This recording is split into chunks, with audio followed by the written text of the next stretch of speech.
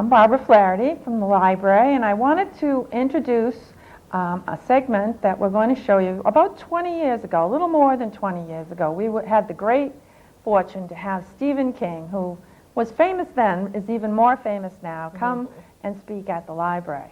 On a lark, we wrote him a letter. He lives in Bangor, Maine, and we were celebrating the first anniversary of moving into what was then the new library. It's now the senior center, and we've moved on, but we sent him a letter thinking we probably would never hear, and lo and behold, he wrote back to us, and he said that he would love to come, and that if we would be willing to put him up for a night at a hotel and buy him a six-pack of beer, he would come and speak. And so we obviously were thrilled, and we swung into high gear, and we sold out in the first day that we sold tickets. We had over 300 people in that building, and people, a lot of disappointed people who couldn't get in, but he talked for over an hour, and then he signed autographs for at least another hour after that, and I had the pleasure of having dinner with him and a couple of beers, and he was just delightful. A crazy, crazy guy, but I guess you know that if you've read any of his books. We presented him with a gift that night for coming, and a couple of years later, a little less than 2 years later, I got married, and my staff presented me with this gift that's behind me. This is a quote from Firestarter, and it says, her daddy, she said, had told her that if you had a really hard question, you had to go to the library to find the answer, because at the library they knew the answers to almost all the questions. And so my staff had that done for me by a calligraphy artist in town, and it has a little inscription on the bottom that says, in celebration of the union of two special people with love from the staff of the Billerica Public Library. And that was in December 1983, so 21 years later. We're still married, and we're still excited about the fact that Stephen King came to the Billerica Public Library. And so we taped that evening, and I'd like to share it with all of you. This being the 350th anniversary of the town of Billerica, we thought this would be the year to show you an evening with Stephen King.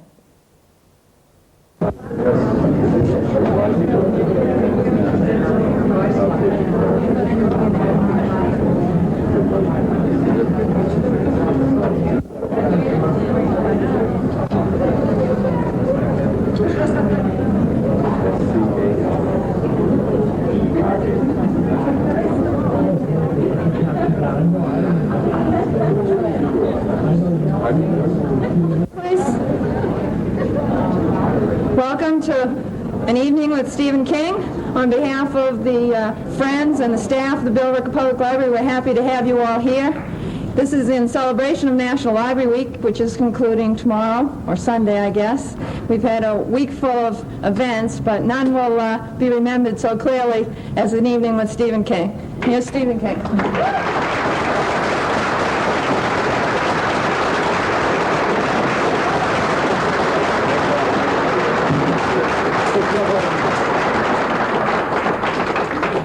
Thank you very much.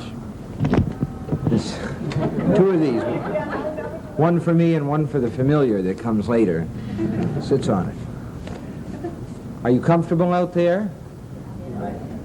Can you hear out there? No? Can you hear now? I feel like Tony Bennett, you know?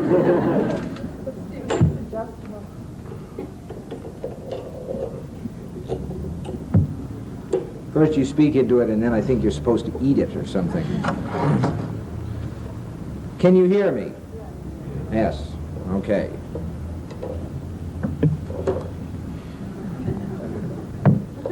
What I'm going to do, I think, is talk for a while. I brought a short story that's fairly new that I'll read, and then I'll take questions for a while. I used to be a high school teacher, and so what high school teachers are like is sort of like Pavlov's dogs. The only thing is that Pavlov's dogs were taught to salivate at the sound of a bell, and what high school teachers are taught to do is their mouths drop open and begin to work at the sound of a bell for about 40 minutes, and then another bell rings, and they shut up and go away. So I can tell pretty well, even though it's been a while since I've taught high school, when about 40 minutes has passed. On the other hand, you paid for this, so I feel like I should go on a little while longer, and what I sort of do is watch for the signs of fanny fatigue to set in. And when I see that, I get ready to wind it up. I can't really lecture. I'm not very good at that, and I can't speak in the sense from prepared notes. About the most I can do is chautauqua, a fine old word that means you babble on a little while about the thing that you do, and then you sit down and let people get to the serious drinking.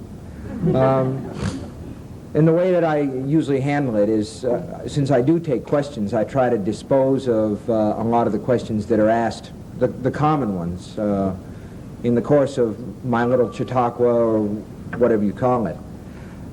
A lot of them are the questions that are most difficult to answer, which is, I guess, the reason to do it this way. And of them all, the most difficult is somebody will raise their hand and say, how does it feel to be famous? And I'm not, that question always catches me with a feeling of surrealism, the idea of fame. You know, I've got 3 kids, and I've changed all their diapers in the middle of the night, and when it's 2 o'clock in the morning and you're changing something that's sort of special delivery with one eye open and one eye shut, you don't feel famous. I live in Bangor, Maine, which is not a town that's calculated to make anybody feel famous. You know, the only claim to fame is a big plastic statue of Paul Bunyan, and you know, Billerica looks like L.A. compared to it. And you just live there and you keep your head down, and what I do is write stories, and that all seems very natural to me. I think it was 2 years ago. My youngest son is now 6, and when I was 4, I got ready to go on a promotional tour for, I think it was Firestarter. And my wife asked him, Owen, my youngest son, do you know where Daddy's going? And Owen said, yes, he's going off to be Stephen King. Which is what happens to me. But every now and then this thing hits you, that you are somebody who's known, let's say, beyond your own street, that maybe somebody is thinking about you at night beside your kids, or lying there, hopefully getting scared stiff in their bed. Every now and then it hits you that you're somebody, and God always gets you. You know, there's always a kicker to it. I can remember the first time that I saw anybody actually reading one of my own books that wasn't somebody that I knew. I was on a plane coming from Colorado and going into New York. I'm not a good flyer. Being in an airplane scares me because it's a long way down, and if the engines stop, you die, that's all. You're dead. Goodbye. You're dead. So the air was very turbulent that day, and any civilized man's response to that is to get drunk very quickly. So I had 2 or 3 gins and tonics, and this was just after Carrie had come out in paperback. Now in hardcover, the original press run was 5,000 copies, and they later did 2,500 more from Doubleday, which meant that a lot of my relatives read it, and there were a few other people. But I never saw anybody with a hardcover copy. The first time that I ever actually saw that book in someone's hands that I didn't know was this lady in first class on this airplane, and I was drunk when I saw it.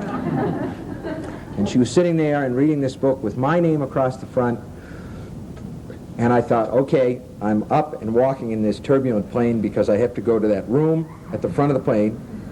And when I come back, I'm going to ask her how she likes that book. And when she tells me she likes it, I'm going to sign it for her. I'm going to say, I wrote that book, and if I have to show her my driver's license to prove it, I will.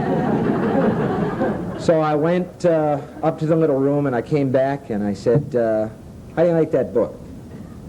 She said, I think it's shitty. And so I said, oh, okay, I won't get that one, and sat down.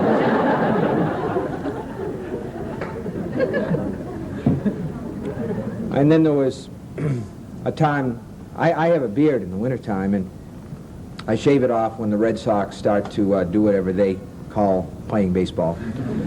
And I was in Natick's in New York, which is a hot dog joint, and this was around the time of The Shining. And I was just sitting there reading a book, eating a hot dog at the counter, and I looked, and there happened to be one of these little square places. It's a pass-through for food, and you can look into the kitchen. And when I looked up, there was a cook back there, a guy in whites and everything, who was looking at me. And as soon as he saw me looking at him, he just, right back, twirling the dogs and doing the French fries and everything. So I read my book. I look up a while later, and he's looking at me again. And I thought to myself, I've been recognized. It's kind of like, it was a sort of golden moment, I've been recognized. And a little while later, the guy came out. He came around and came out through the door that says employees only, and he's wiping his hands on his white apron. And he walked up to me and he said, "Are you somebody?" And I said, "Yeah, everybody's somebody." And he said, "Yeah, I know they are, but are you somebody?" And I said, "Yeah, sort of." And he said, "Are you Francis Ford Coppola?"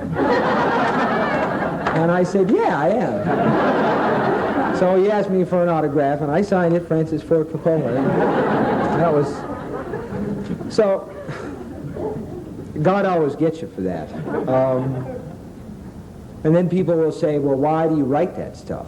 That's one that always comes up. Why do you write that stuff? The first reason is that I'm warped, of course. A lot of people are afraid to say that, but I'm not. It's because I'm warped. I have a friend, a guy named Robert Bloch, who wrote the novel Psycho, on which Hitchcock's film was based, and he would always say in answer to that question, actually, I have the heart of a small boy. I keep it in a jar on my desk. And I think another reason that I've always written it is because it's a kind of psychological protection. It's like drawing the magic circle around myself and my family. My mother always used to say, if you think the worst, it can't come true. And I know that that's only a superstition, but I've always thought that if you think the very worst you can, no matter how bad things get, and in my heart I've always been convinced that they get pretty bad, that they wouldn't get as bad as that. If you write in a novel that the boogeyman gets somebody else's children, maybe they'll never get your own children. And I think the other reason why I write it, not to go into a lot of Freudian nonsense or sense, whichever you may believe, is because it's a trip.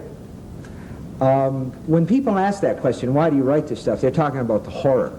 They're talking about The Shining, where the little boy goes in the bathroom and pushes back the curtain and there's a dead lady in the tub and she comes out to get him. They're talking about vampires and things like that. But for me, this is like, it's a little hole in reality that you can go through and you can get out and you can be someplace else for a while. I live a very ordinary life. I have the children and I have the wife. It's except for this thing that I do, this glitch, this kind of a twitch thing. It's a very ordinary life. When I was a kid, I think still, the one moment that stands out for me in the reading of fiction, there's a book by C.S. Lewis called The Lion, the Witch, and the Wardrobe, one of the Narnia stories, the first of the Narnia stories. And wardrobe is an Englishism for closet. And the kids are playing hide and go seek, and I was familiar with that. And this girl, Lucy, goes into a wardrobe or into a closet, and it seems to her to be very deep closet. And she's pushing through the coats, and you know that dry smell, the mothballs and the sort of slick feel of fur coats and all that. And she looks down, and the boards are gone, and it's white. And she reaches down and touches it, and it's cold and it's snow. And that minute, when the boards turned to snow, I just went, that's it. That's what I want to do. It's got to be something like that. That point where the writer or the filmmaker, whatever, is able to take the reader over that line, to me, is a fine thing, and it's always a fine place to go, for me. The other thing is I really like to scare people. I really enjoy that. I said, you know, a lady, after Salem's Lot was published, sent me a letter and said, you know, you ought to be ashamed of yourself. I'm sending this book back to you. You really frightened me. I couldn't sleep for 3 nights after I read this. And I wrote her a letter and I said, so what? You know, you bought it. I didn't buy it for you. I'm glad you were awake for 3 nights. I wished it was 6 nights. And it's like you're able to get somebody's confidence. I'm not really interested in killing somebody in the first paragraph of a novel or anything like that. I want to be your friend. I want to come up to you and put my arm around you and say, hey, you want to see something? It's great. Wait till you see it. You'll really like this thing. And lead them sort of up the street and get them really interested and take them around the corner into the alley where there's this awful thing and keep them there until they're screaming. It's just fun. I know how sadistic that must sound, but you have to tell the truth. Somebody left some keys up here. I wonder what they opened. The question that goes along with this, of course, is why do people read that stuff? Why do people want to go see those movies? And the answer that we all shy away from, but it's true, is that they're just as warped as I am. Not quite, but almost. And, you know, there was a reporter that caught me at the 4th World Fantasy Convention in Baltimore, and it was before the banquets, and I had to make a speech, and I was nervous, as I'm nervous tonight, and as I'm nervous any time I have to stand up in front of a whole bunch of people and talk. And he said, also, they were having an awful rubber chicken dinner. So it's like they were pieces of chicken like Super Balls. And he said, what do you think of your fans? And I said, well, they're just like me. They're sort of warped. That's why they like this stuff. And so the story came out in the newspaper. King says his fans are warped, which is true. But what I had also said to this guy was, I think you have to have a few warps in your record to survive life as we know it today. I think, more seriously, they also like it because people talk about reading between the lines. Any piece of horror fiction, whether it's in the form of a novel or in the form of a movie, has subtexts. There are things in between those lines that are full of tension, and in other words, horror fiction, fantasy fiction, imaginative fiction is like a dream.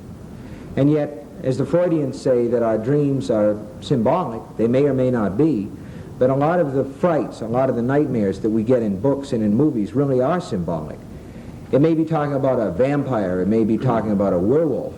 Underneath or between the lines and the tension where the fear is, I think that there's something else going on altogether.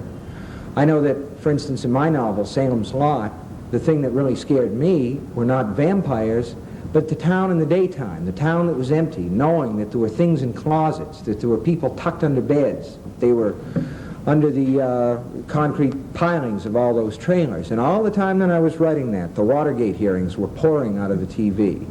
There were people saying at that point in time, they were saying, I can't recall.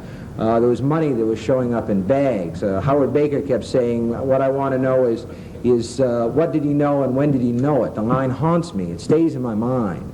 It may be the classic line of the 20th century. What did he know and when did he know it? And all the time I'm thinking about secrets, things that have been hidden and being dragged out into the light. And it shows a little bit in the book, although I think the book and most books should be mostly for fun. You see these subtexts everywhere, and I think they're the most fun, really, in the movies. In the 50s, there was a spate of horror movies in the United States that were about these giant bugs.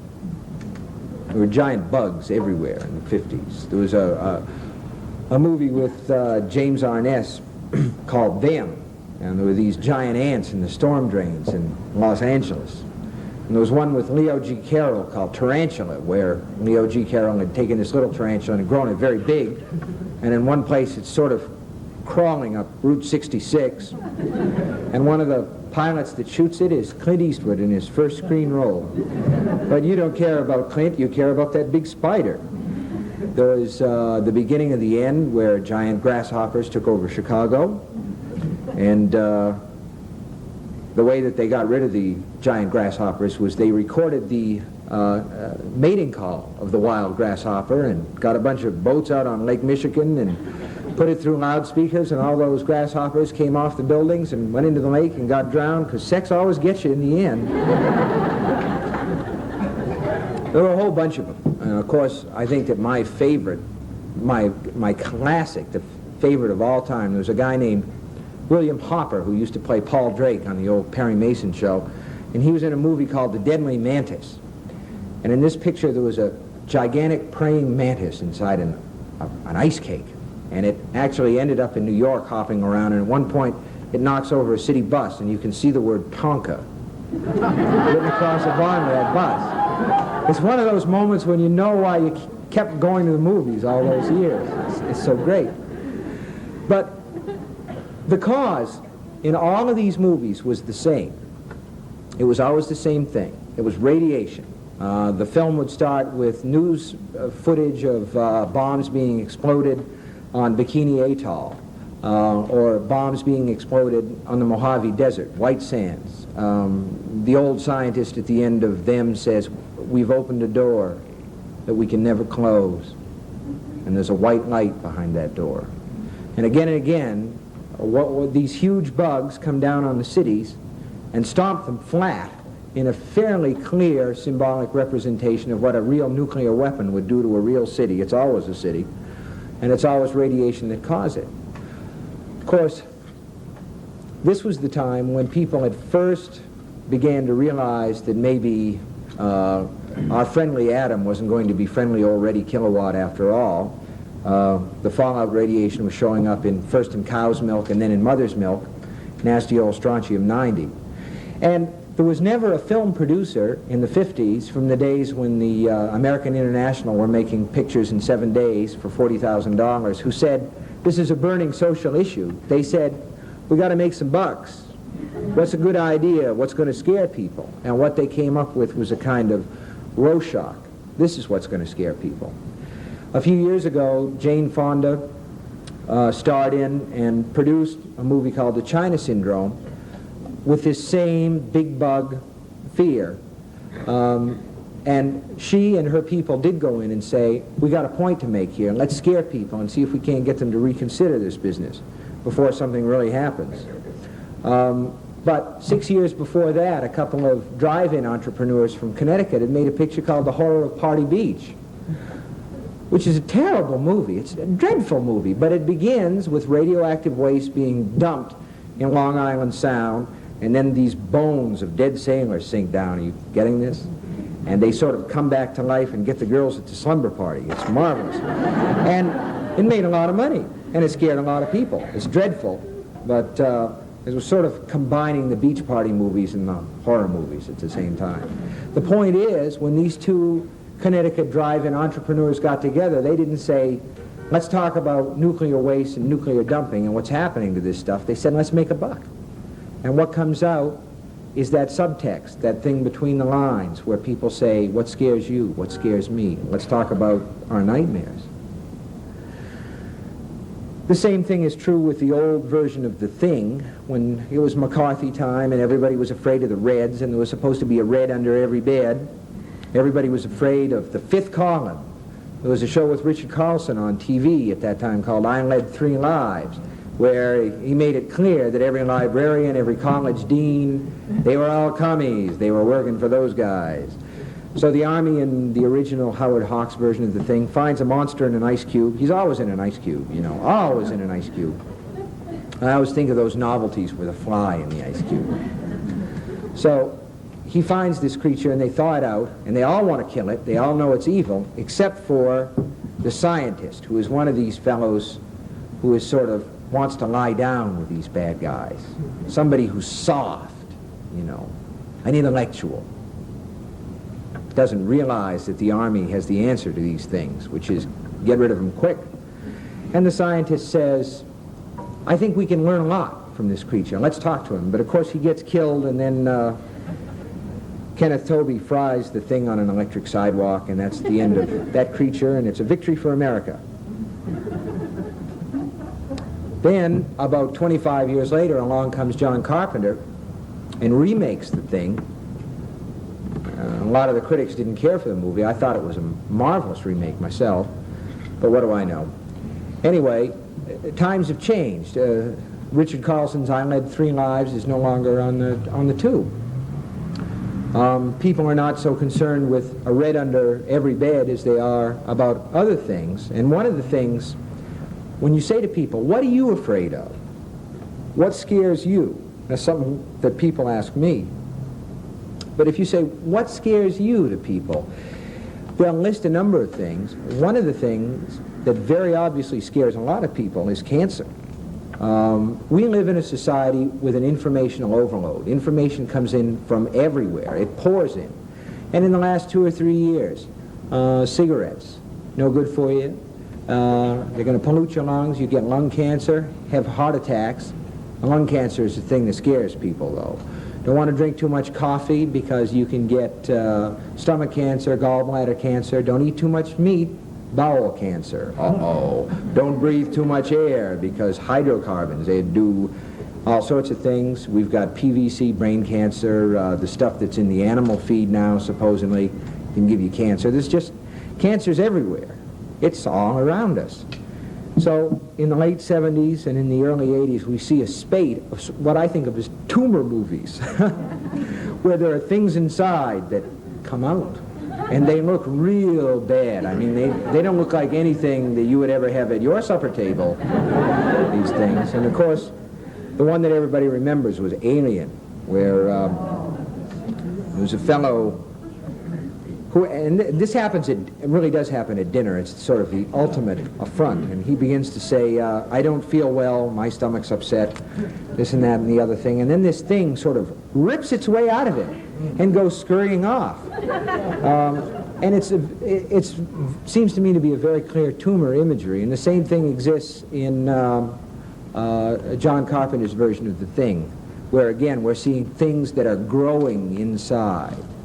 A lot of David Cronenberg's work focuses on this idea of things that are growing inside you. Cronenberg studied medicine, got a degree in medicine. Cancer is one of the things that he's frankly very worried about, and it shows in his work, where time and time again people are actually incubating parasites inside. There's a movie called The Beast Within that has the same idea. One more thing and then we'll go on. The most famous horror movie, I think, probably of the last 25 years is still The Exorcist, which drew a tremendous audience. And everybody's talked about the Catholic thing, that a lot of people came to see it because of that religious infusion, the idea that here was a story of good and evil with religious overtones. But also, you don't want to forget that at this time, the youthquake of the 60s was going on. Kids were coming home and saying the President of the United States was a war criminal. They were coming home and saying a lot of words, also at the supper table, that they never learned from their parents. Well, maybe they did, but maybe their parents didn't know they were listening at that time. Parents were finding things in bureau drawers that didn't look like Herbert Tarryton's, you know. All of that was going on. And in the midst of all this comes the story of this pretty little 14-year-old girl, Reagan, who turns into a harridan. Her hair is dirty, her face is all covered with these terrible sores. She's swearing at her mother and at the priest and saying all these nasty words. And all of a sudden, all these terrible, harried parents understood what had happened to their children who had grown their hair long and had thrown away their bras and everything else. The devil did it. The devil was in them, and it was all very comforting to understand that it wasn't their fault. One of the other reasons that people like this is because it confirms their normative values. Horror fiction has always had a reputation as an outlaw genre. It's something that is kind of nasty, and when people see you reading Salem's Lot or something like that, there's a little bit of an attitude that you must be strange or really warped. And of course, a guy like me who actually writes it, you're like the geek In the circus, the geek was the guy who supposedly bit the head off a living chicken and ate it. How was supper tonight, by the way? But it's really as Republican as a banker in a three-piece suit. The story is always the same in terms of its development. There's an incursion onto taboo lands. There's a place where you shouldn't go, but you do, the same way that your mother would tell you that the freak tent is a place that you shouldn't go, but you do, and the same thing happens inside. You look at the guy with 3 eyes, or you look at the fat lady, or you look at the skeleton man, or Mr. Electrico, or whoever it happens to be, and when you come out, you say, hey, I'm not so bad. I'm all right. A lot better than I thought. It has that effect of reconfirming values and also reconfirming self-image and our good feelings about ourselves. Just one small example that I love. There was a movie in 1957 called I Was a Teenage Frankenstein. In this one, the great-grandfather of Dr. Frankenstein is living in this small Hollywood suburb, and he's on a very busy corner where teenage hot rodders get killed, I would say, roughly every 4 or 5 hours, something like that. There's always this scream of tires. Another one of those terrible boys from Hollywood High has bitten the dust. Although this guy lives in L.A., he has alligators down below his house. There seems to be some sort of a jacuzzi that's full of alligators, and there's a trapdoor. And what he's doing is he's taking these dead hot rodders into his house and chopping off parts of their bodies that are usable and sewing them all together to make the ultimate sort of teenage James Dean, high school confidential thing. And when he's done, the last hot rodder has obviously hit the street on his face. And, I mean, he made the worst kid that you ever knew in high school, the one whose face looked like Mount Vesuvius. It makes this kid look like Robert Redford in comparison. And so you go in and you look at something like that, and of course, much of the audience, much of the impact audience is teenage. They're people who don't feel good about themselves a lot of times. They feel confused. They look in the mirror, and instead of seeing somebody who's perhaps better than they really are, as we tend to do as we get older, I think, they see somebody who's much, much worse. They say, how can I go to school? I look awful. I got zits on my face. I'm ugly. I don't have any friends. Nobody likes me. And the horror movie has a reconfirming value, or the horror story has a reconfirming value, where you see yourself again in a valuable way as part of a real mainstream, as an existing creature and part of what we call the norm, where you feel good about yourself. And for that reason, it's probably valuable. It's also reactionary. It resists any kind of change. Things should never change. Boris Karloff and Elsa Lanchester are never allowed to get married because think of the kids. You wouldn't want them on your street. So they always get burned to death or end up going around and around on a windmill or something happens to them like that. Electric, anything. Get rid of them. Last, it's a rehearsal for death. It's a way to get ready. People say there's nothing sure but death and taxes. But that's not really true. There's really only death, you know. Death is the biggie. 200 years from now, none of us is going to be here. We all are going to be someplace else. Maybe a better place, maybe a worse place. It may be sort of like Tenafly, New Jersey, but we will be someplace else. And we're in a very uncomfortable position. The same thing can be said of rabbits and mice and dogs, but we're the only creatures, at least as far as we know, it may be true also of dolphins and whales and a few other mammals that have very big brains, but we're able to contemplate our own end. We know it's going to happen. The electric train goes around and around, and it goes under and through the tunnels and over the scenic mountains, but in the end it always goes off the end of the table, you know, crash. We have to do something about this. That we can deal at all in our daily lives without going insane is one of the best proofs of the Godhead that I know of. Somehow we're going about it, and most of us are being good to our friends and our relatives, and we help the old lady across the street instead of pushing her in the gutter. And at the same time, we all know that sooner or later it's going to end. My favorite story, deathbed story, is Oscar Wilde, who had been in a coma for 3 days, and he was obviously sinking, and nobody expected him to come to, but he was contrary to the end, and he came to, and he looked around himself and said, either that wallpaper goes or I go. And he went. Wallpaper stayed. In that way, the horror story or the horror movie is a little bit like the amusement park ride. When there's a double bill at the drive-in, it turns into an amusement park for teenagers. Sometimes the amusement is not always on the screen, however, but I think it's teenagers again because in spite of the self-image, which may be less than I sometimes wish it was, they feel healthy. You know, they feel good inside themselves. Those bones are easy, you know, inside the arms. The heart feels good inside the chest.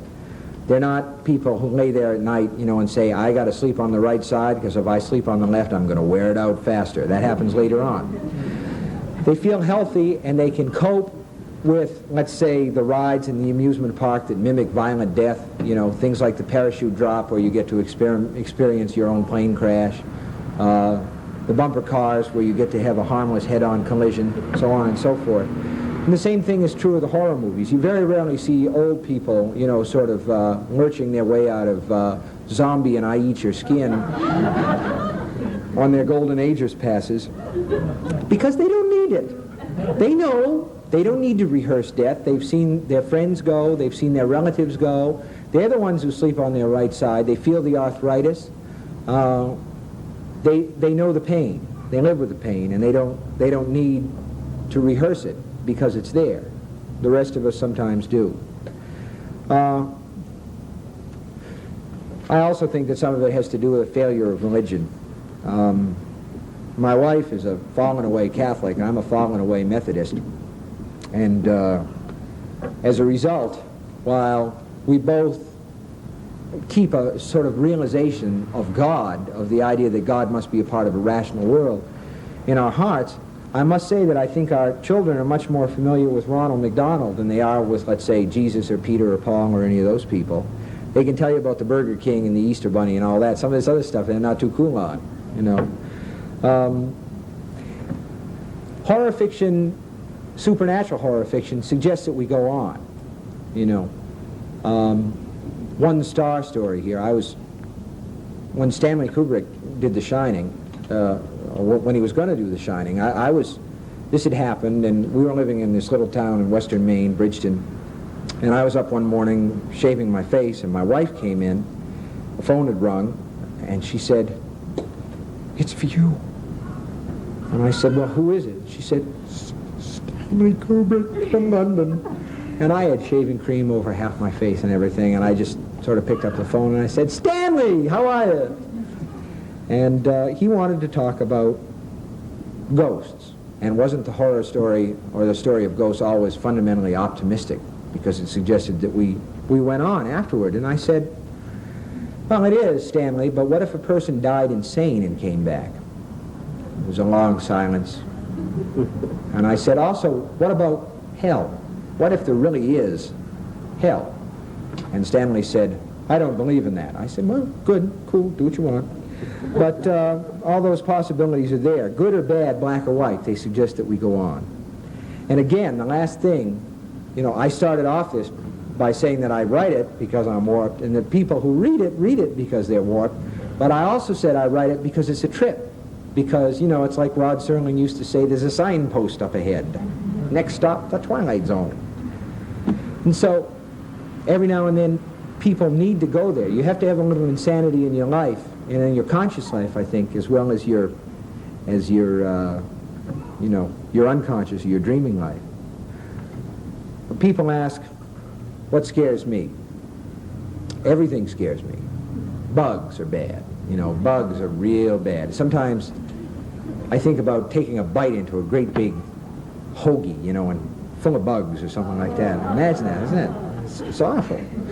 Elevators, getting stuck in elevators, having that door just open on a blank wall, especially if it's full and you can't even really take a breath. Airplanes, the dark is a big one.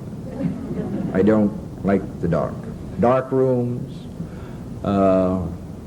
I always leave a light on in the bathroom when I'm in a hotel or something like that, and I always say, well, this is because if I have to get up in the night and go to the bathroom, I don't want to stumble over the cable that goes to the TV, but really it's so the thing under the bed can't get out and get me.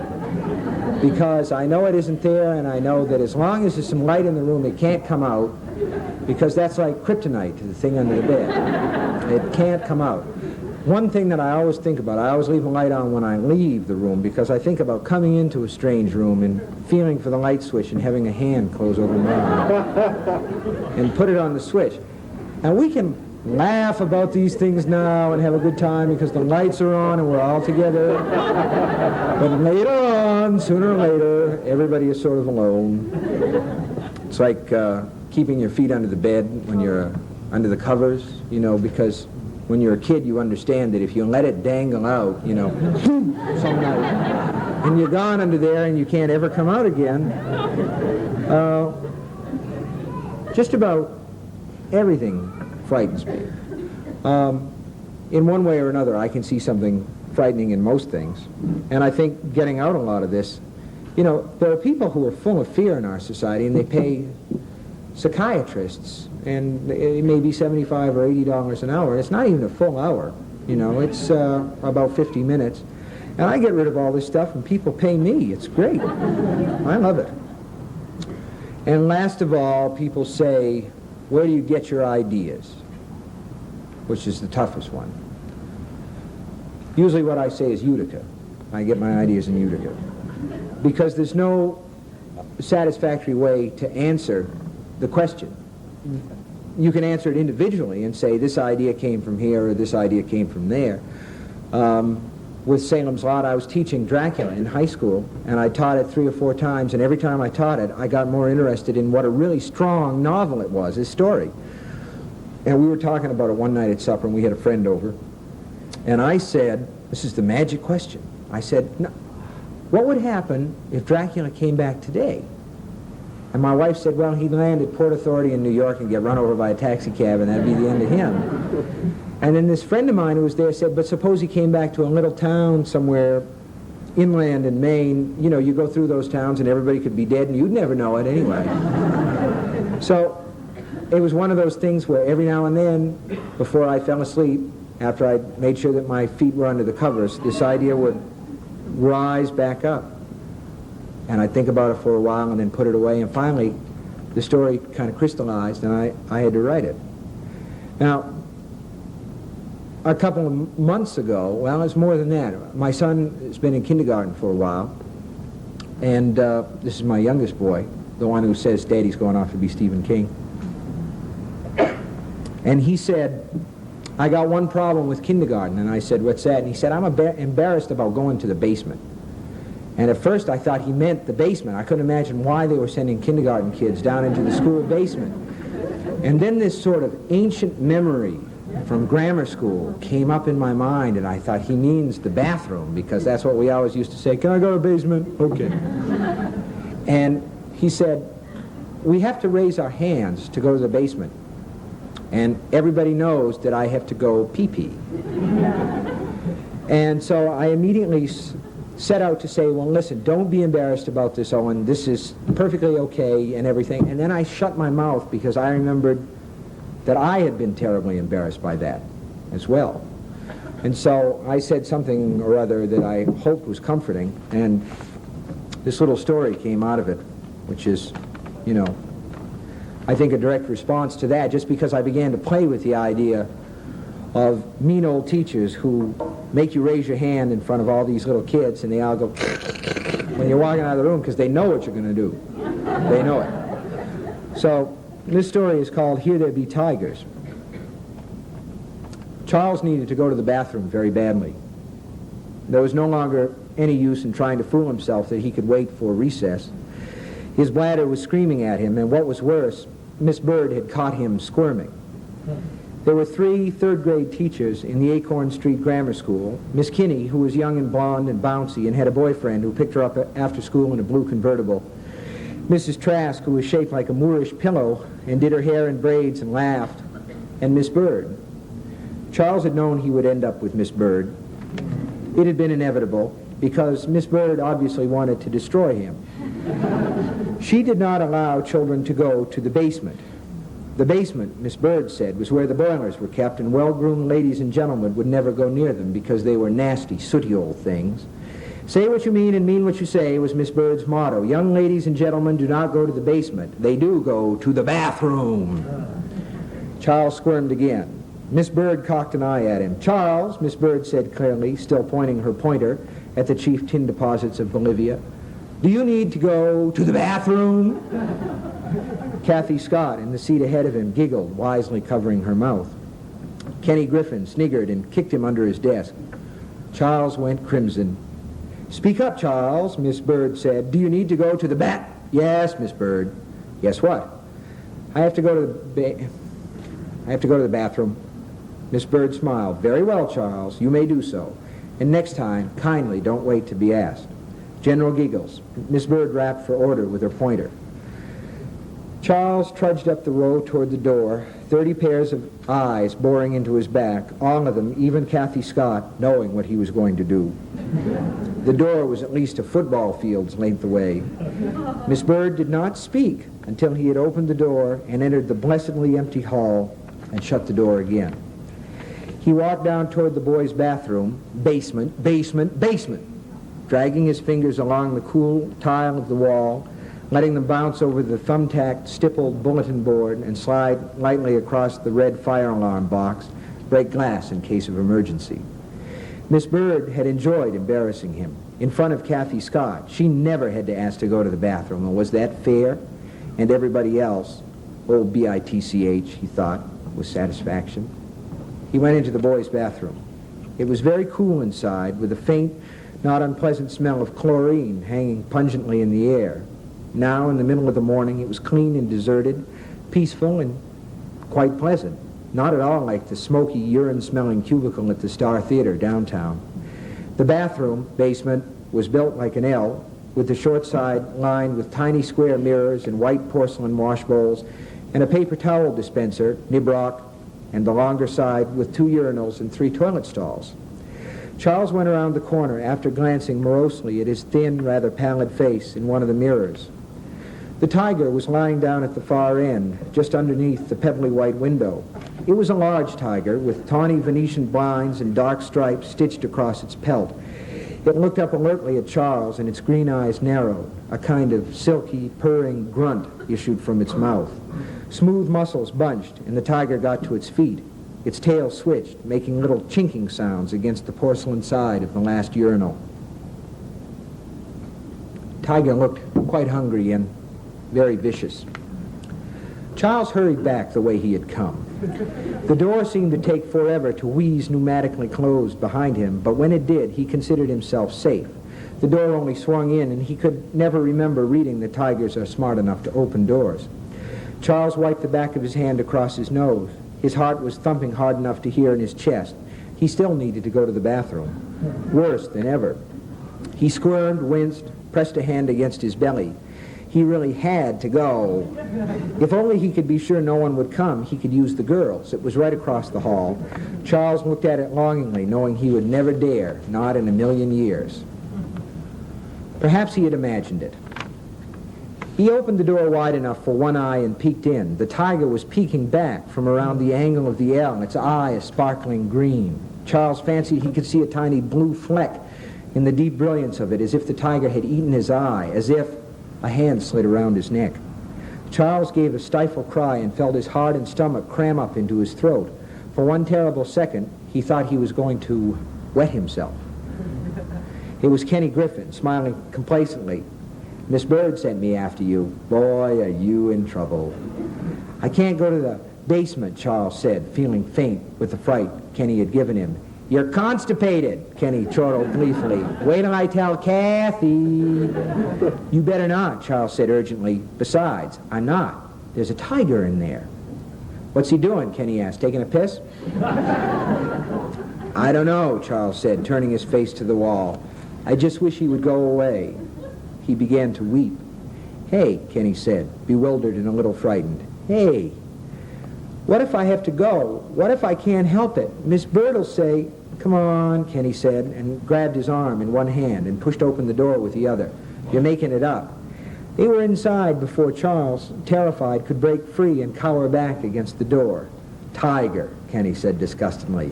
"Boy, Miss Bird is gonna kill you." It's around on the other side. Kenny began to walk past the wash bowls and mirrors. "Kitty, kitty, kitty, kitty, kitty, kitty, kitty." "Don't," Charles hissed. Kenny disappeared around the corner. "Kitty, kitty, kitty, kitty, kit." Charles darted out the door again and pressed himself against the wall, waiting, his hands over his mouth, his eyes squinched shut, waiting for the scream. There was no scream. He had no idea how long he stood there, frozen, his bladder bursting. He looked at the door to the boys' basement. It told him nothing. It was just a door. He wouldn't. He couldn't. But he went in at last. The wash bowls and the mirrors were neat, and the faint smell of chlorine was unchanged. But there seemed to be a smell under it, a faint, unpleasant smell, like freshly sheared copper. With groaning trepidation, he went to the corner of the L and peeped around. The tiger was sprawled on the floor, licking its large paws with a long pink tongue. It looked curiously at Charles. There was a piece of torn shirt caught in one set of claws. But his need was white agony now, and he couldn't help it. He had to. Charles tiptoed back to the white porcelain basin closest to the door. Miss Bird barged in just as he was zipping up and running water to clean things up. "Why, you filthy little boy," she said, almost reflectively. Charles was keeping a weather eye on the corner. I'm sorry, Miss Bird. The tiger. I'm going to use paper towels, too, and soap, hot water. I'm really not..." "Where's Kenneth?" Miss Bird asked calmly. "I don't know." "He didn't. Not really." "Is he back there?" "No," Charles said, too hastily. Miss Bird stalked to the place where the room bent. "Kenneth, come here, please. Miss Bird..." But Miss Bird was already gone from view, ready to pounce. Charles went out the door again. He got a drink at the drinking fountain. He looked at the American flag hanging high on the corridor wall. He counted all the stripes twice. 26. Then he went back to the classroom, walked down the row with his eyes on the floor, and slid into his seat. It was 11:15. He took out his reader and began to read about Bill at the rodeo.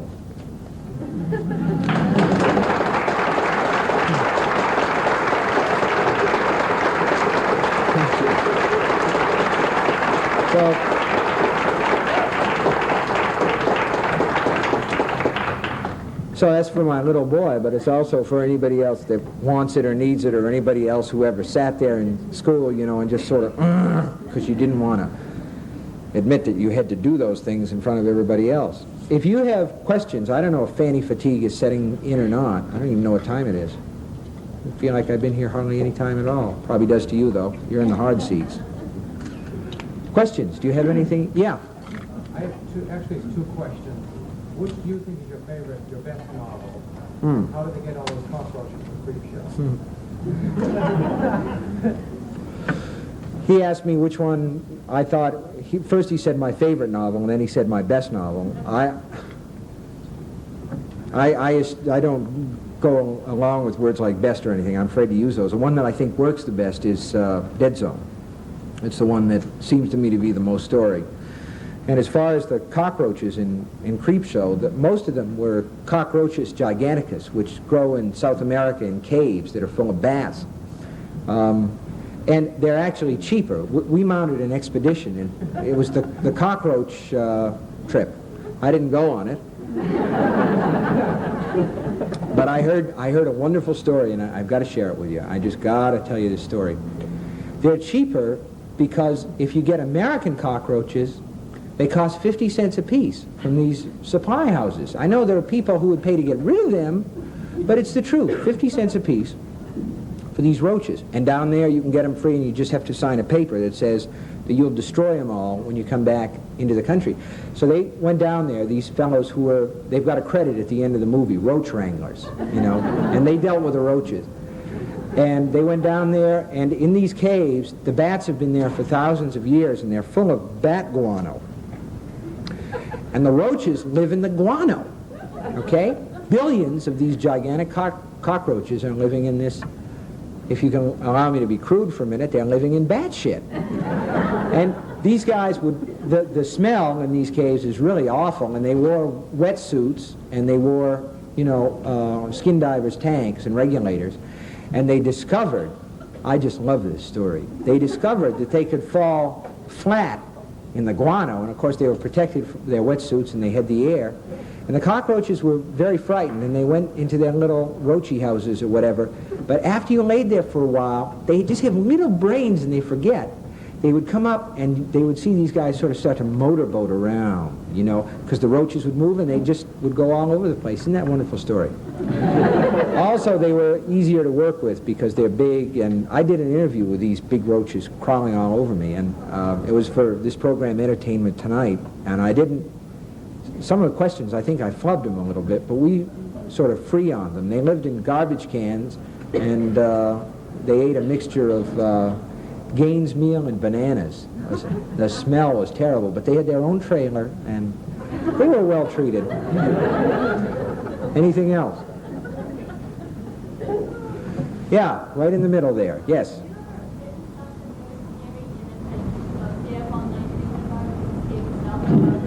Yeah. Not very often, though, because a lot of times you feel like you've got it, you know, in the palm of your hand. In Salem's Lot, there's this little, well, it wasn't a little boy, Ben Mears has this thing, it's like one of these globes that you shake up and it's full of snow. And a lot of times the really scary stuff feels like that to me. It feels like you've got it finally. Whatever scared you real bad, you've got it in this thing. And then it's yours, and it's safe, and it can't get out. But sometimes I think it does get out. The worst one, I think, was the tub thing in The Shining that I already mentioned, where the little boy goes in and discovers the dead woman, and the dead woman gets out and chases him. And it wasn't too bad. When I wrote it, it was all at once it was there. It was one of those things that was just happened, and it was nothing that was planned to be in the book. It just was there. But on the rewrite, as I got closer to that point, I would say to myself, 8 days till the tub. And then it was like, 6 days to the tub, and then one day it was the tub today. And when I went down to the typewriter that day, I felt frightened, and my heart was beating too fast, and I felt the way that you do when you have to make a big presentation or something's going to happen. And I was scared. I did the best job that I could with it, but I was very glad when it was over. And I have a book that's going to come out this fall, I think, called Pet Cemetery, that was like that, and the whole book was like that. And I got jumped. I was on a program, Good Morning America, and I guess this goes back to what I was saying about how you never feel like a celebrity, and then all at once you're on TV and you know that millions of people are watching you over their breakfast. I mean, they're scarfing English muffins and eggs or whatever it is that they scarf, bourbon and whatever. But they're looking at you, maybe only with half an eye, but they're looking at you, and I was very frightened about it. And this lady interviewed me, and she said, she gave me a question that I've never been asked before. In a lot of cases, this does happen, but for a lot of the questions, a little tape deck pops in your mind, and you spiel off the answer. But she said, have you ever written anything so frightening that you wouldn't publish it? And I said, yes, I've written this novel called Pet Cemetery. Well, obviously, I am publishing it, and on reconsideration, I don't think it's possible to write in a book anything so frightening, maybe something that's so gruesome that people wouldn't want to read it, but as far as actual fright goes, no. I don't think that in prose it's possible to do that. The only two books that I ever read myself where the fright actually raised itself to uncomfortable levels was in the end of Lord of the Flies and near the end of 1984 by George Orwell. So I guess what I meant was this is so painful for me, and it was such a hard thing to get through that I didn't want to work it over again. But I did. Why not? Yeah, lady. I've read just about everything of yours. And My children, thank you for that. enjoyed everything. And particularly like the character of the Walking Jew. I think it's one of the greatest characters ever created. And I want to thank you for that. Oh, thank you. And, Rainy Flag, my man. it helps you look out for the evil people of the orchestra. And then also also, I wanted to ask you, I don't know, I had the feeling in all the novels that somehow there were two characters that stood out that made me feel that somehow they were very closely associated with you personally and the others. And I could be wrong, but I wanted to ask your opinion. I had a feeling that Carrie was one of them, and Harold in the stand. Oh, Harold Lauder. Well, thanks. This lady has just asked if Carrie White and Harold Lauder were based on me. I got some friends that'll be at your house tonight. They only come out after dark. What type is your blood? Harold is based to a large extent on me, or to parts of me. Any character that any writer creates, you try to get out. You look at people and you try to feel for people a little bit in the way they think. But Harold is a terrible loner, and he's somebody who feels totally rejected by everybody around him, and he feels fat and ugly and unpleasant most of the time. He has other bad habits that I won't go into. And sometimes I used to feel rejected and unpleasant. I could remember that from high school, and of course Harold is sort of a frustrated writer. But on the whole, I would say that if there was a Harold facet to my own character, it was fairly small, because most of the time I felt much sunnier, and I never felt resentful, and I certainly never felt that the people around me didn't appreciate my great and blazing talent. Because there were times when I thought, really, if I had a great and blazing talent, it was probably for picking my nose in study hall. But, and there's a little bit of Carrie White in me, too. I've seen, high school society from two perspectives, as any high school teacher has. And there's some of you here who are high school teachers. You see it once from the classroom, where the rubber bands fly around, and then you see it again, from behind the desk. And you see high school society, when I said that horror fiction was conservative and that it appeals to teenagers, the two things go together, because teenagers are the most conservative people in American society. Small children take it as a matter of course that things will change every day, and grown-ups understand that things will change sooner or later, and their job is just to keep them from changing as long as possible. But it's only kids in high school who are convinced they're never going to change. There's always going to be a pep rally, and there's always going to be a spectator bus somewhere out there in their future. And in that light, it forms castes of society that are almost as firmly set as the castes of society in India, where you've got your top people at the top. They're the guys. Generally, it's economically based. They're the kids who had braces and orthodontics, and so their teeth don't look all yucky when they smile. They're into Clearasil, and they're into National Honor Society and things like that. And then you've got your middle-class kids, who just sort of hang around their lockers and say, "Hey, how are you, man?" like that, in the class. And then there are always two or three that are just sort of hanging out. And there's a guy in the new one, Christine, who's sort of a form of that. But I was never really that way. There were a couple of girls that I knew that formed facets of Carrie White's character. And I think girls are always much more vicious about this, much more aware of it than boys are. But boys do a good job when they get going. Yeah. I have a question to ask you about the body in different seasons. Yeah. I felt that a lot of it came across. Well, did that really happen to you? No. No. That was so real. What happened with the body was, when I was in, this again goes back to where do you get your ideas. And, when you start to get bored with all this, just start going like this. I'll get the idea. But I had a roommate in college to whom this story is dedicated. His name was George McLeod, who grew up in New York in a little, well, what I'd call sort of an upscale, trendy community. Not Billerica exactly, but I'm trying to think, like Weston, do you know Weston, Massachusetts, or a place like that, where all the girls wear A-line skirts, and cardigans and that kind of thing. And he said he'd never seen a dead animal, that there was a street cleaning crew and everything, and if there were sparrows and woodchucks and things that got plastered on the road, that they were sort of scraped up before little kids whose minds could be warped, were up. And that this story circulated one day at their summer camp or whatever it was, that a dog had been hit by a train, and the body was on the was on the tracks, and these guys are saying, and you should see it, man, it's all swelled up and its guts are falling out and it's real dead. I mean, it's just as dead as you ever dreamed of anything being dead, and you can see it yourself. We just walk down these tracks and take a look at it, which they did. And he said, someday I'd like to write a story about that, but George never did. He's running a restaurant now. It's a great restaurant. So about 5 years ago, I went to him and I said, I took your idea and I wrote a story about these kids who walked down a railroad track to find the body of a boy, because I didn't think anybody would be too interested in going to look at a body of a dog or something.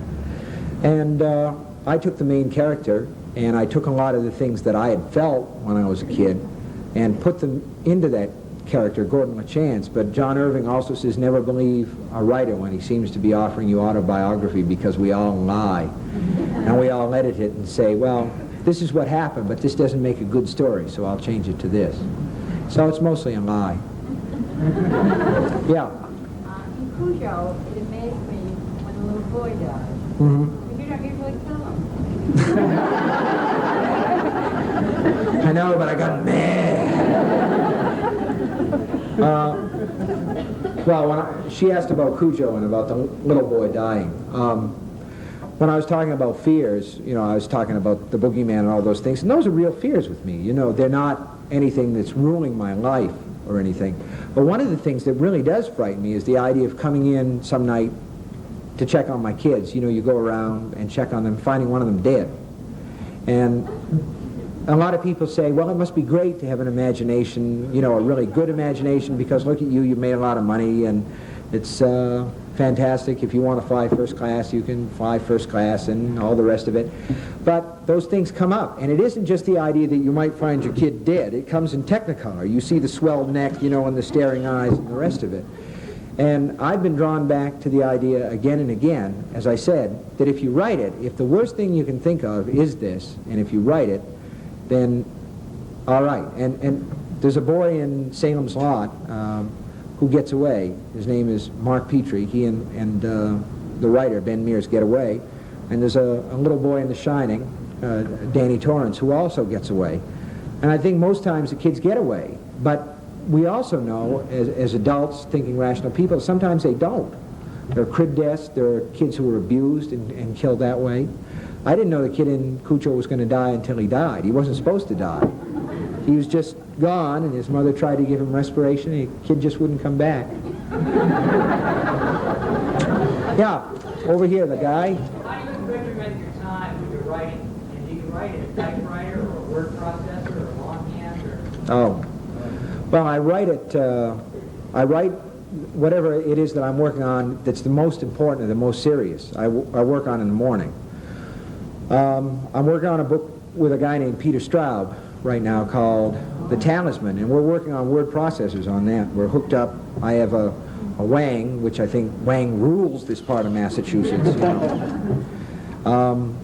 And he has an IBM. The Wang is by far superior to the IBM. Cheaper, too. And so when I'm working on that, I work on the word processor. But it's tough. I don't like it in a way because it's more like being a spectator once the stuff is out. There's that screen, and it's very handy and everything, but it's also strange. And then I write maybe from 8 until 11 or 8 until 10:30 if I'm not hungover and if I'm having a good day. And then at night, after everybody's in bed, sometimes I'll play with something. I'll have an idea and push it around a little bit and have some fun with it. And so I usually work on two things at one time, but if one of them blows up, it doesn't matter. The lady here?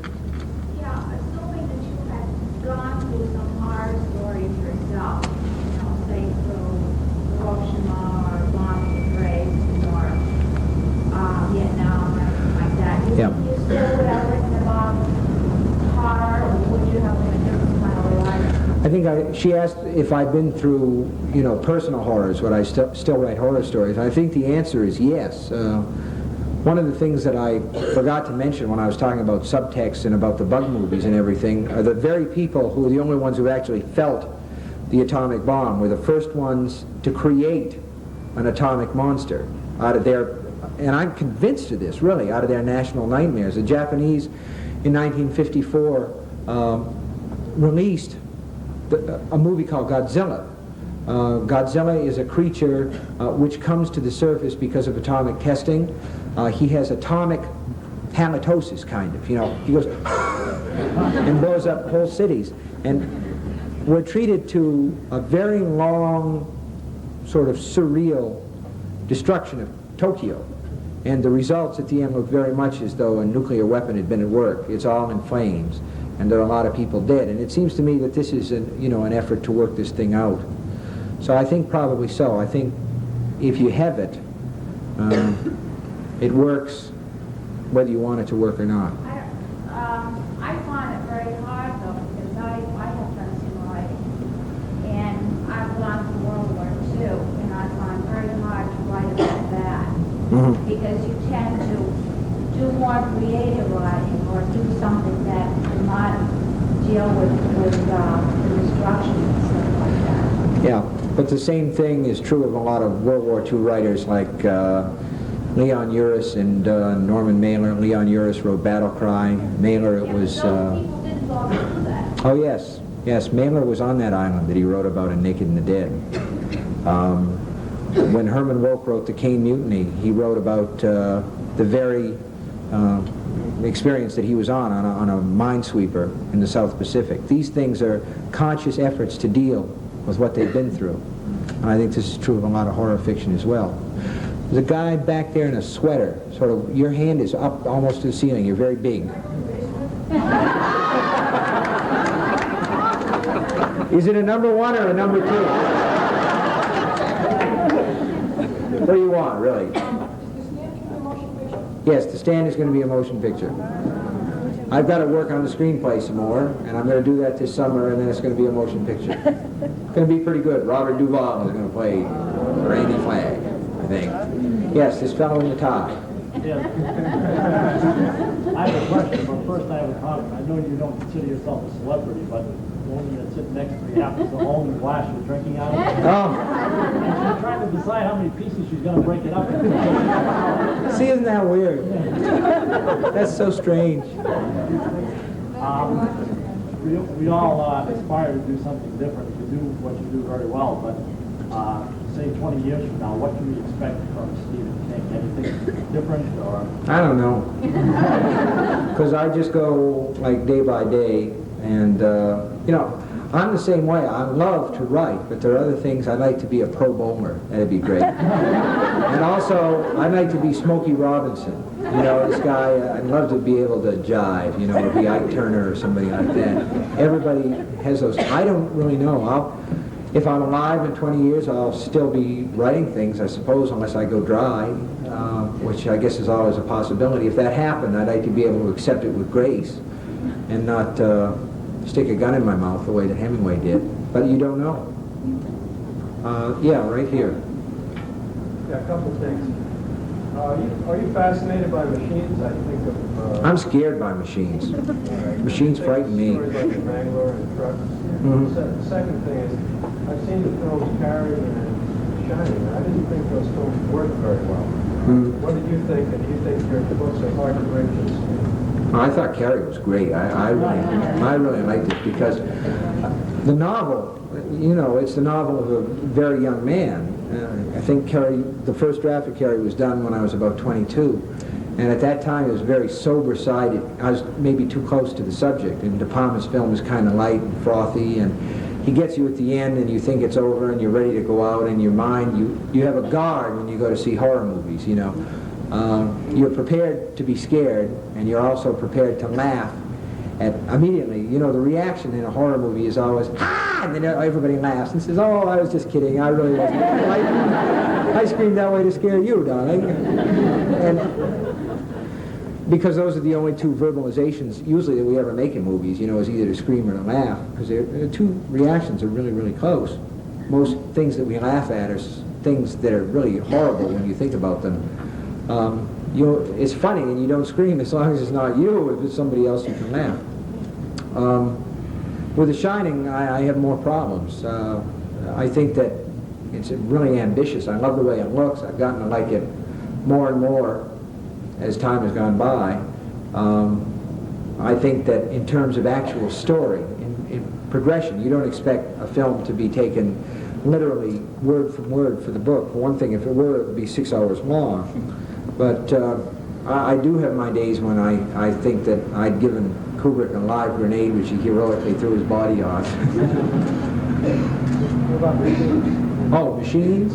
Well, machines they just frighten me because I don't know how they work in a lot of cases.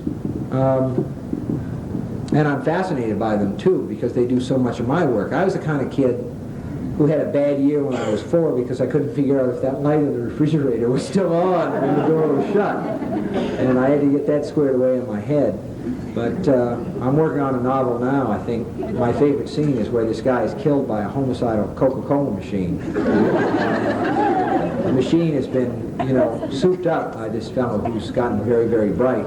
And it just sort of cruises around these roads, and when it sees somebody, it just sort of accelerates. And what a Coke machine is a refrigerator, it weighs about 400, 450 pounds, and this thing just accelerates to about 90 miles an hour, and somebody will be walking along and like a bug on a windshield. And, gee, I like that machine. That was great.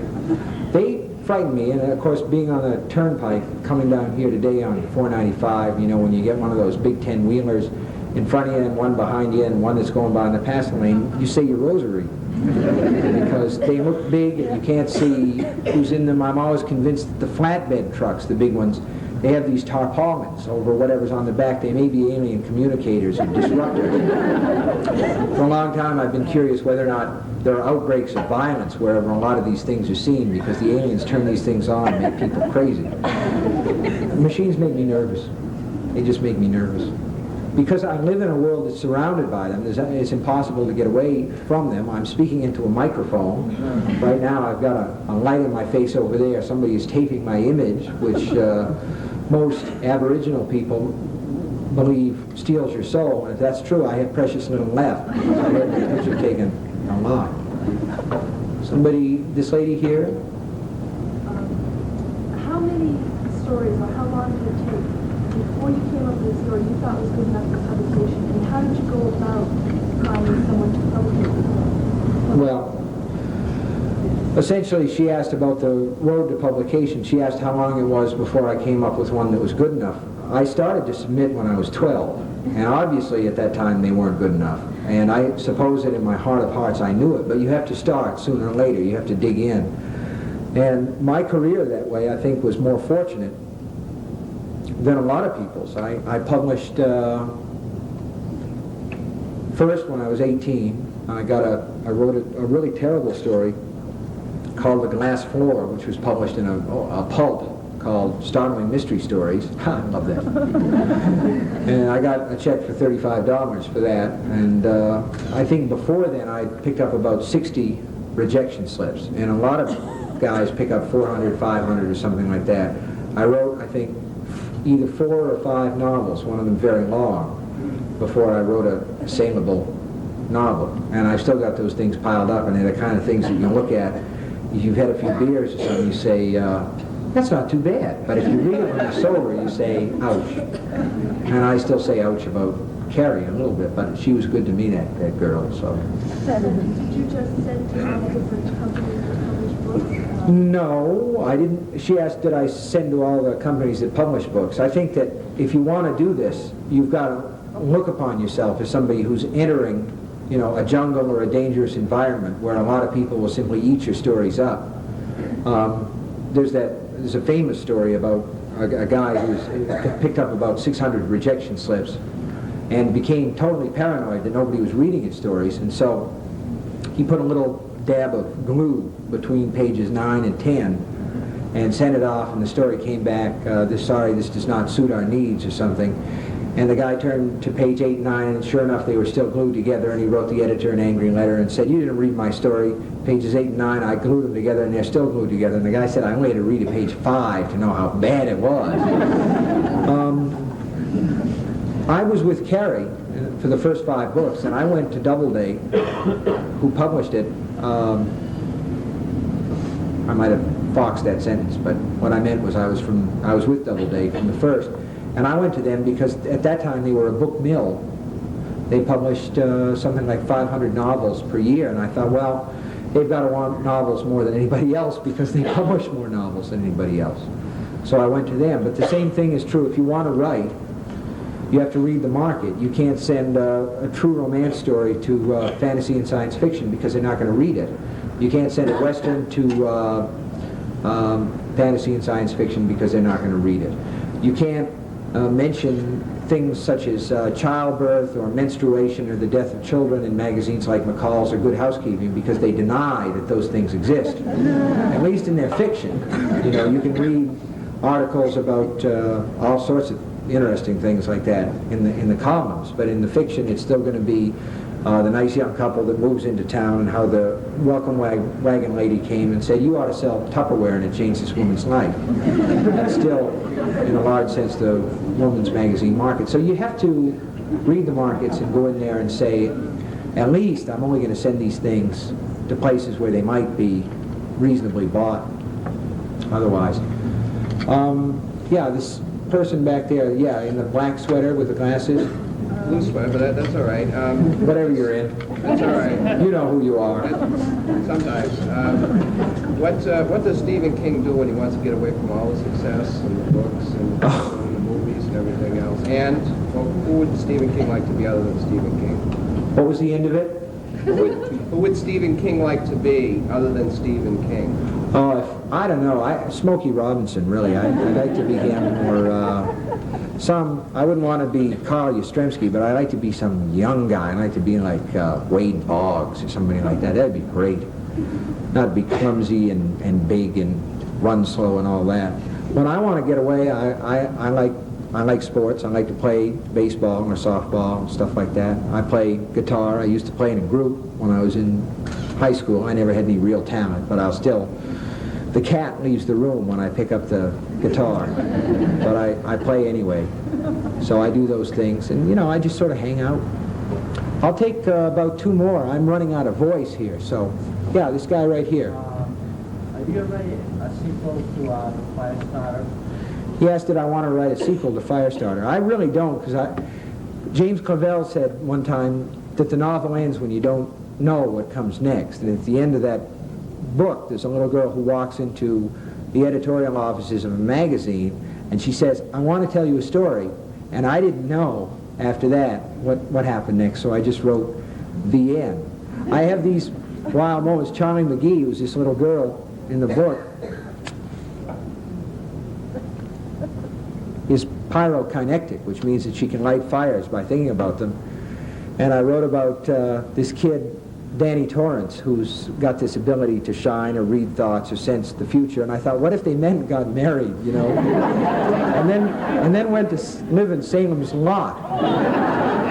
That's about the closest that I've ever come. I rarely think in terms of sequels because there are too many other sort of new things. This, who do I want? There's a... No, you don't even have your hand up. Sorry. You've been looking at it. The person that girl's pointing at. Who are the authors that you like to read? Who are your favorite authors? Who are my favorite authors? It's hard because there are a lot of people that I like a lot. I like Evan Hunter, who also writes under the name Ed McBain. I like, there's a writer from Massachusetts, George Higgins, that I like a lot. I think he's good. John D. MacDonald, who writes mysteries. There's a guy who writes paperback originals, horror stories, Michael McDowell, and I like his work. I like Peter's work a lot, or I wouldn't be working with him. How about Robert Parker? I like Robert Parker very, very much, yeah. And I know him. He's a good guy, so I will take one more. How the time flies when you're having a good time. This girl right down here.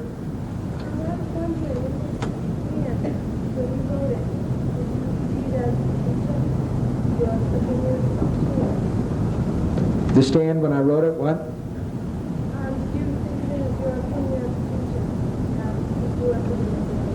Okay, somebody, what was it? She wants to know if you thought The Stand might be your reflection of the future. Oh, well, The Stand, you know, is about this flu bug that takes over the world, kills almost everybody, and I think that everybody has had those visions from time to time. There are a lot of writers who've written that end-of-the-world novel. Anthony Burgess has one out now.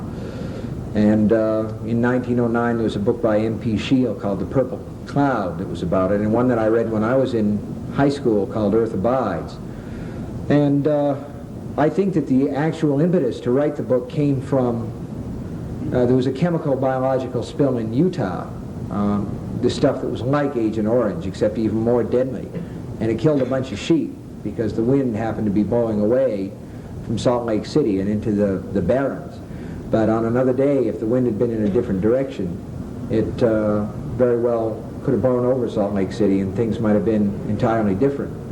And again, I talked about this informational overload. There's also the fact that there's more of us than ever before, and as a result, a communicable disease can be passed very rapidly, as we know from just the flu bugs, the regular flu bugs that go around. And I was interested by the fact that the flu changes. That's why people have to keep getting different flu boosters, because it comes at you one way and then it shifts its antigen a little bit. It comes at you a different way, and your old flu shot doesn't do any good because this is the new and improved flu. So I sat down to write the book, and it sort of galloped away from me on horses. And in the middle of writing it, these news bulletins started to come from Philadelphia that all these legionnaires were dying and nobody knew what the disease was. And I thought, oh, I'm never going to get to publish this because everybody's going to be dead before it comes out. Luckily, that didn't happen. But even now, as we sit here, something could be passing between us. There could be somebody with typhoid or diphtheria or almost anything out there, even right now. Just thought that you ought to have something to warm you up when you go home. I'm going to sign autographs if people want them. I think first I'm going to go to the basement, and they have some... Oh, no, I can't go yet because somebody's going to do something to me, I guess. Anyway, I appreciate your attention and all that. What do you want?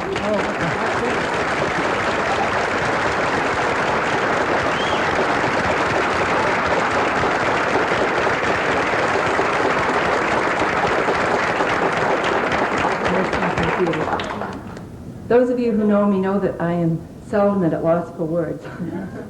But tonight I have to admit, in trying to find the appropriate words to thank Stephen King for coming here, I'm really speechless. And so is everybody else on the staff. We just couldn't come up with words that we felt were adequate. So we had to go, well, I'll tell you what we did. We had to go to a Stephen King novel to find what we thought was the appropriate message for this evening. And we asked our good friend Susan Gaylord, who has designed the poster that we are selling tonight. And Susan took this quote that we gave her, and she did this absolutely beautiful thing with it. Just a minute. It's a quote from Firestarter, which I'm going to read to you.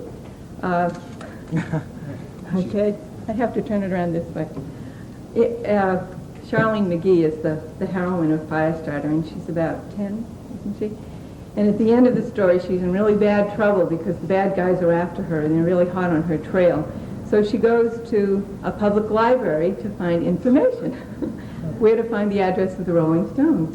And this is the reason she went, and this is the quote. Her daddy, she said, had told her that if you had a really hard question, you had to go to the library to find the answer, because at the library, they knew the answers to almost all the questions. And so, Stephen...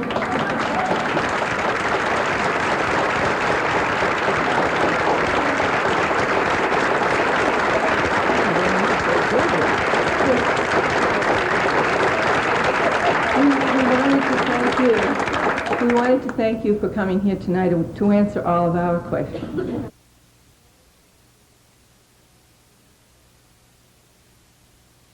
Not yet.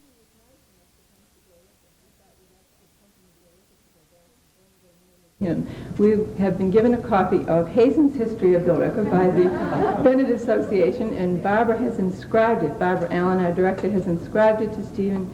Let me read what she said here. To Stephen, thanks so much for adding another page to Billerica's history.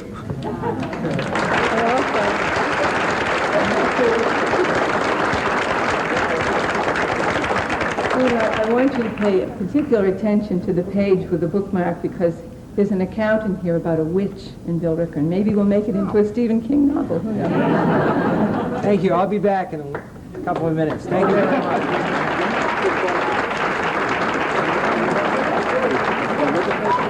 not true. Wait a Can't minute, go hold there. on, hold on. I I forgot, have to sit go worse down. than you do, but Wait a minute, we have one more very important thing. Ian Wilcox, who's a senior, is that correct, Ian, at Billerica High School, has made this beautiful backdrop, and he'd like to give it to Stephen King. And then Barbara has an announcement, so please sit down. Okay, Ian? Now? Yes, now. what is it? Well, why don't you just...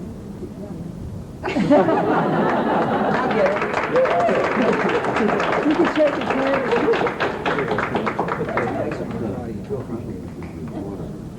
I just wanted to tell you all that we're serving champagne, and we have some cheese and some punch for those of you who don't indulge in champagne. And you're welcome to have some. Also, any of you who are interested in buying books, the books are on sale at the tables to my right. And after you get your books, if you're interested in having them autographed, we'll be forming a line over here, and Stephen will be back to autograph them. Thank you all.